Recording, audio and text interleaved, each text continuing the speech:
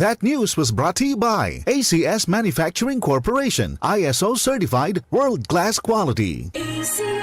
Hi, I'm Trixie Gumatay, 27 years old. In my life, I faced a lot of challenges. I am a working student since senior high until I finished my college. Napagtagumpayan ko lahat ng yun with the help of God. Malaking tulong din sa akin ng MX3 capsule kasama ang tamang pagkain at ehersisyo. MX3 inspires me to be excellent sa lahat ng mga ginagawa ko. Now, isa na akong Philippine Air Force enlisted personnel. I'm Trixie Gumatay sa MX3. Dito ako believe. Mahalagang paalala, ang MX3 capsule ay hindi gamot at hindi dapat gamiting panggamot sa anumang uri ng sakit. MX3, tested and proven with alpha, beta, at gamma mangosteen. Mula sa #1 Smart Dishwashing Paste. Ang galing-galing mo! Smart dishwashing paste ko! Pritong ulam na masebo, plato o kaldero. Tanggaling for everyday. Ganyan pag Smart ang dishwashing paste. May double tanggaling formula. Tanggal galing ang sebo at bakterya. Bahid para walang bahid, linis fantastic sa metal at plastic. #1 ko to! Tanggaling-galing mo! Smart dishwashing paste. Heavy duty linis bawat pahid. Smart Dishwashing Paste, manufactured by ACS Manufacturing Corporation, ISO certified world-class quality. Pagbasa sa ikasampung kabanata ng Aklat ni Juan, ang talinhaga tungkol sa pastol, talata 1-42. Pakatandaan ninyo, ang pumapasok sa kulungan ng mga tupa nang hindi sa pinto nagdaraan kundi umaakyat sa di dapat pagdaanan ay magnanakaw at tulisan. Ang tunay na pastol ay sa pintuan nagdaraan. Pinapapasok siya ng gwardya at pinapakinggan ng mga tupa ang kanyang tinig. Tinatawag niya ang kanyang mga tupa sa kani-kanilang pangalan at inilalabas sa kulungan. Kapag nailabas na, siya'y nangunguna sa kanila at sumusunod naman ang mga ito sapagkat kilala nila ang kanyang tinig. Hindi siya sumusunod sa iba kundi patakbong lumalayo sapagkat hindi nila kilala ang tinig ng iba. Sinabi ni Jesus, ang talinhagang ito, ngunit hindi nila nauunawaan ang ibig niyang sabihin. Kaya't muling sinabi ni Jesus, pakatandaan nyo, ako nga ang pintuang dinaraanan ng mga tupa. Ang mga nauna sa akin ay mga magnanakaw at mga tulisan, ngunit hindi sila pinapakinggan ng mga tupa. Ako ang pintuan.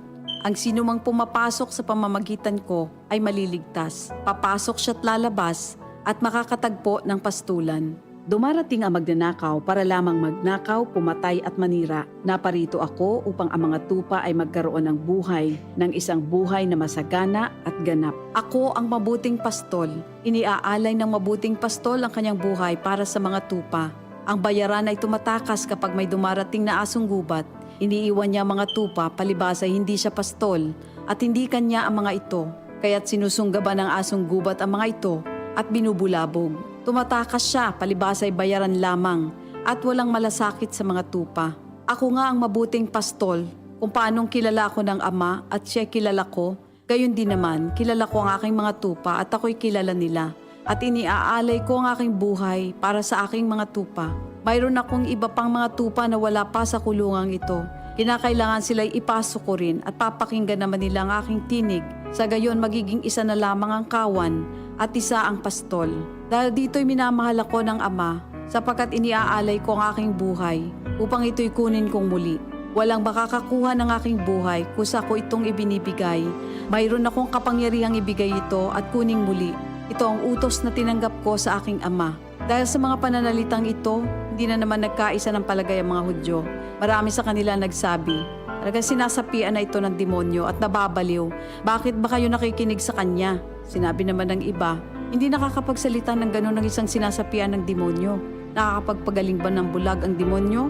Taglamig na noon at kasalukuyang ipinagdiriwang sa Jerusalem ang pista ng pagtatalaga ng templo. At habang naglalakad si Jesus sa templo, sa portiko ni Solomon, pinaligiran siya ng mga Hudyo at sinabi sa kanya, hanggang kailan mo ba kami ilalagay sa alanganin? Kung ikaw nga ang Kristo, sabihin mo na ng tuwiran. At sumagot si Jesus, sinabi ko na sa inyo, ngunit ayaw ninyong maniwala.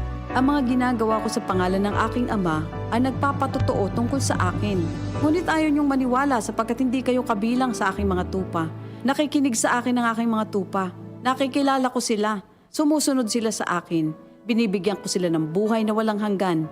Kailan may hindi sila mapapahamak at hindi sila maaagaw sa akin ninuman. Ang aking Ama na siyang nagbigay sa kanila, sa akin, ay lalong dakila sa lahat at hindi sila maaagaw ninuman sa aking Ama. Ako at ang Ama ay iisa. Ang mga pinuno ng mga Hudyo'y muling dumampot ng bato upang batuhin siya. Kaya't sinabi sa kanila ni Jesus, "Marami akong mabubuting gawang ipinakita sa inyo mula sa Ama.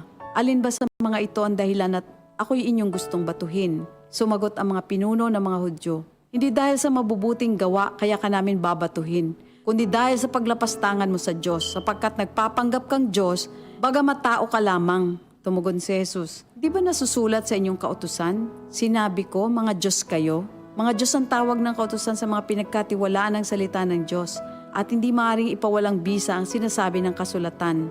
Ako'y pinili at isinugo ng Ama. Paano ninyo ngayon masasabing nilalapastangan ko ang Diyos? Dahil sa sinasabi kong ako ang anak ng Diyos? Kung hindi ko ginagawa ang mga pinapagawa ng aking Ama, huwag niyo akong paniwalaan.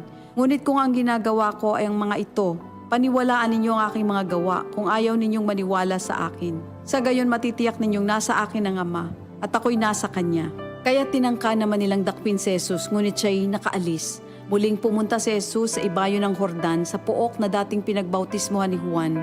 Habang naroroon siya'y maraming lumalapit sa Kanya. Sinasabi nila, si Juan ay walang ginawang himala, ngunit totoo ang lahat ng sinabi niya tungkol sa taong ito. At doon, maraming sumampalataya kay Jesus. Ito ang salita ng Diyos. DCXL News, ang himpilan ng RMN.